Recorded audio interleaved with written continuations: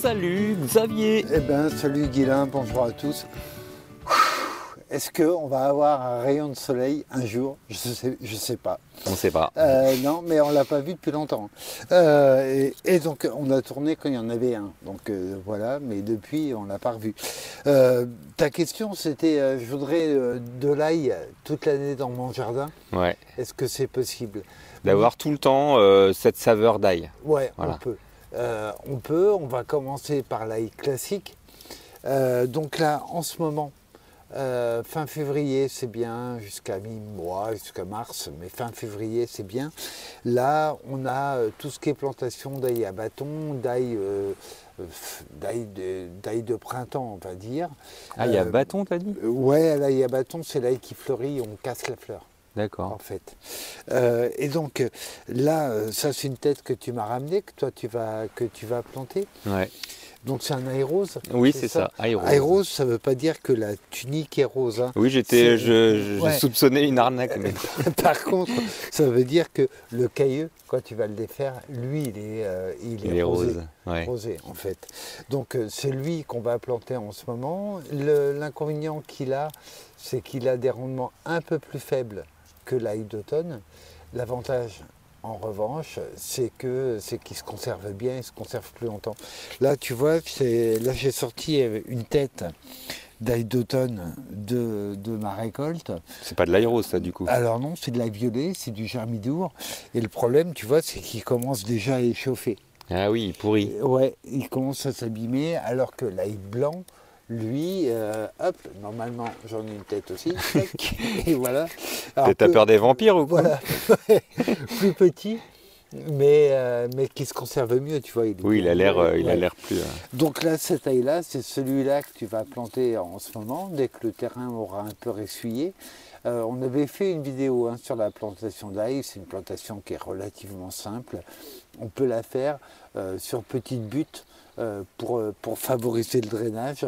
Là, en ce moment, il pleut tellement que je ne sais pas si ça favorise. Il faudrait plus qu'une butte, là. Oui, ce serait oui, en haut d'une montagne.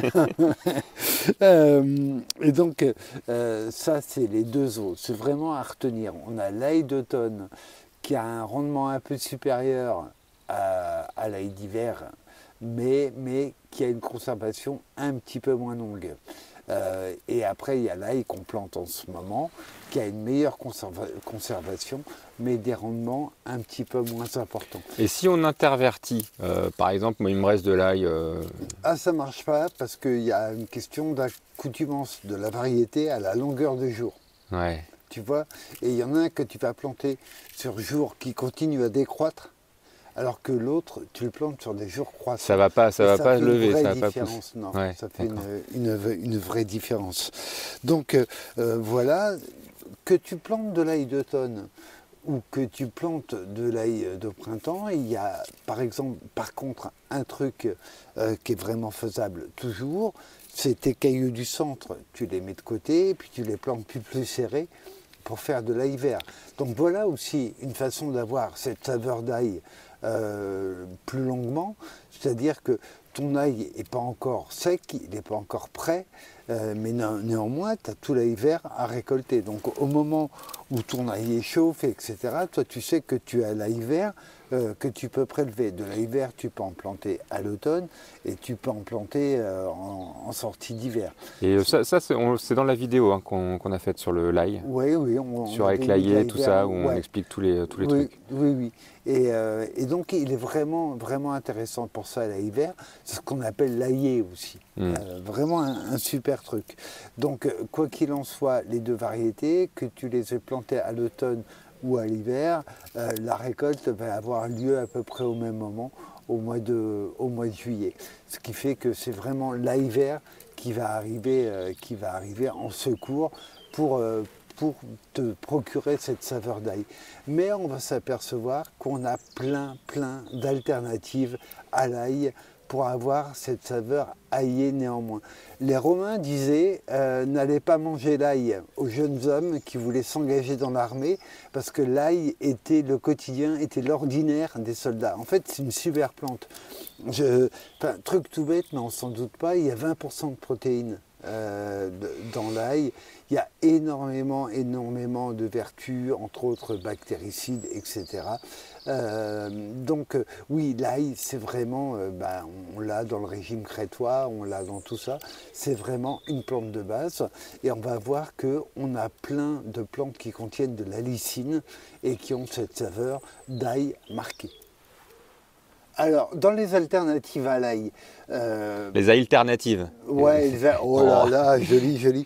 On en a un qu'on peut récolter à peu près en même temps que l'ail vert. On parlait de l'ail vert tout à l'heure. L'ail vert, tu vas le récolter très très vite. Hein.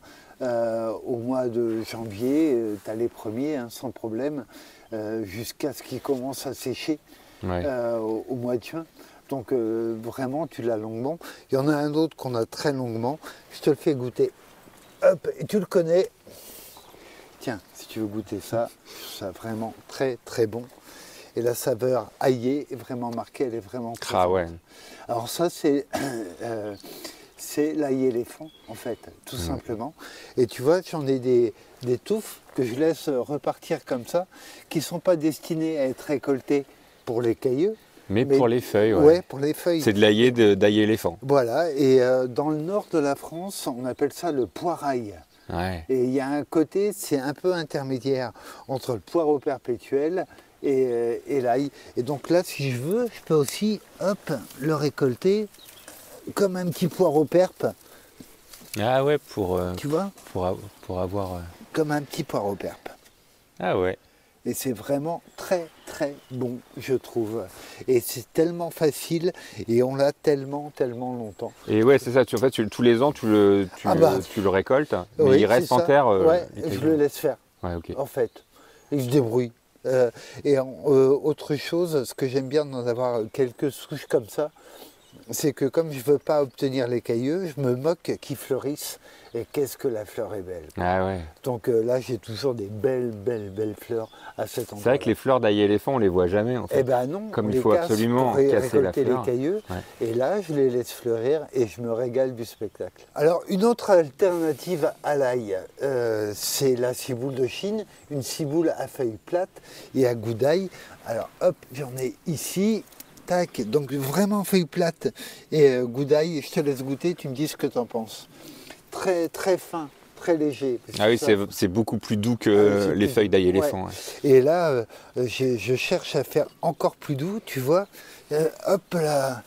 Alors, ça fait que 2 semaines que la cloche est dessus, mais ce que je vais chercher là, c'est à blanchir.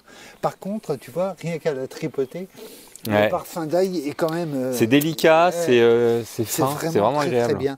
Donc ça, c'est une super alternative à l'ail. Il y a une autre alternative à l'ail qui est vraiment géniale et que tout le monde connaît, c'est le fameux ail des ours.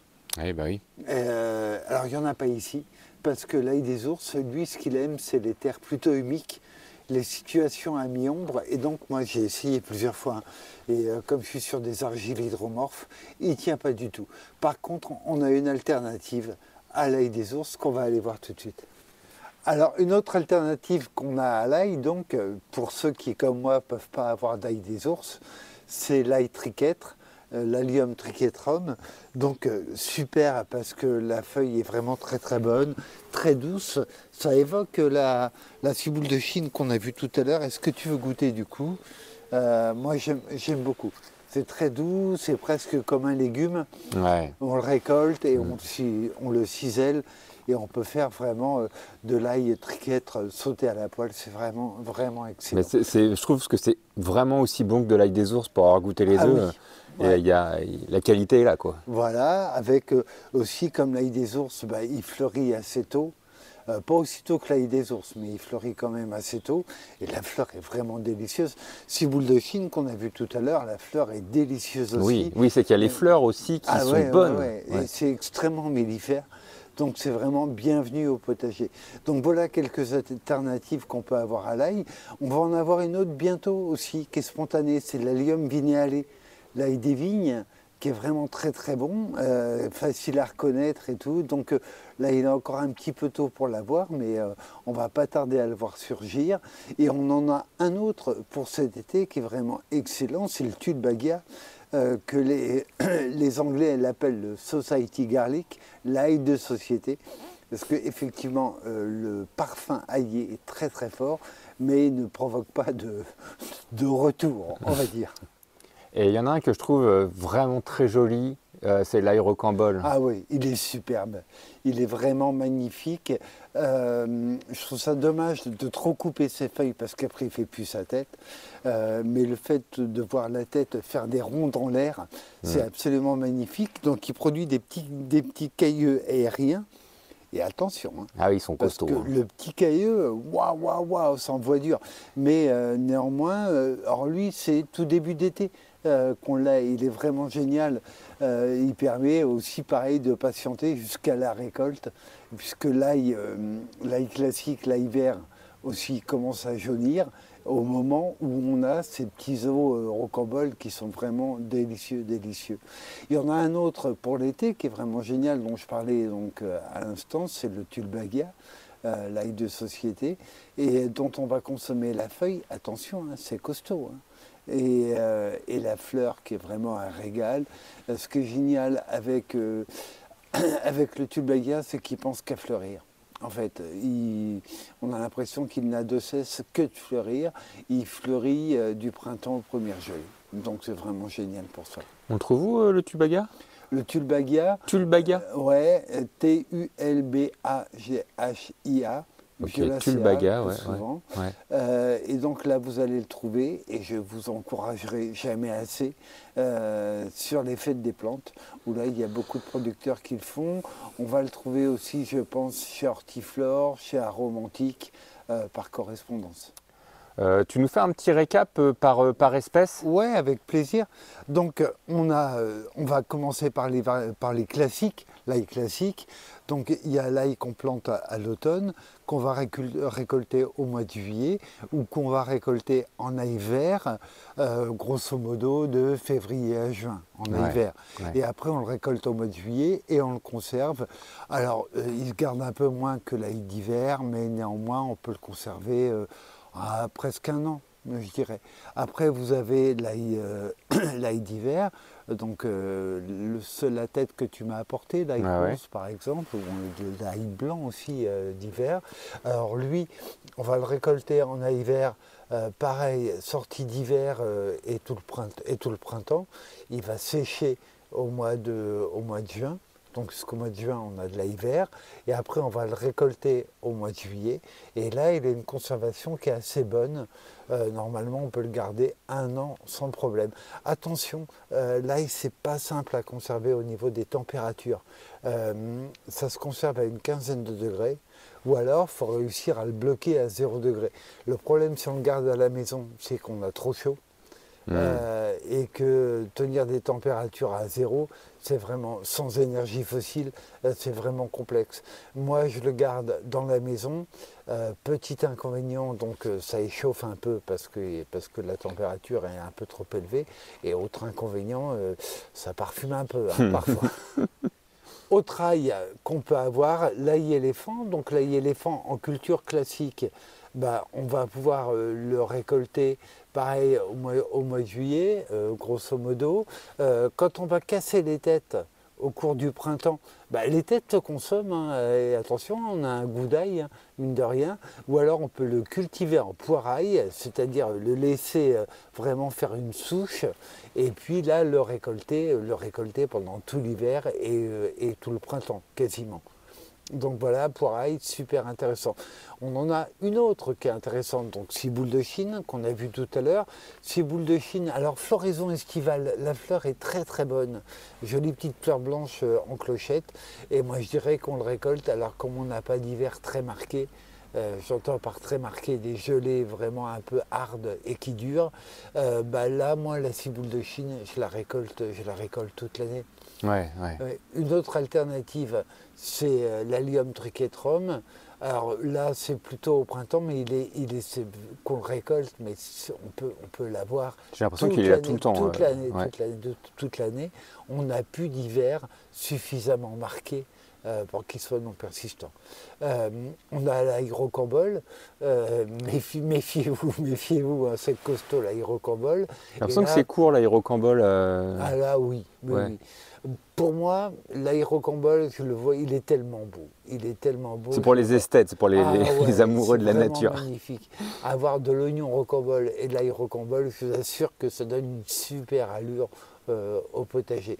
Donc voilà, en fait, l'ail, on en a tout le temps, tout le temps, tout le temps.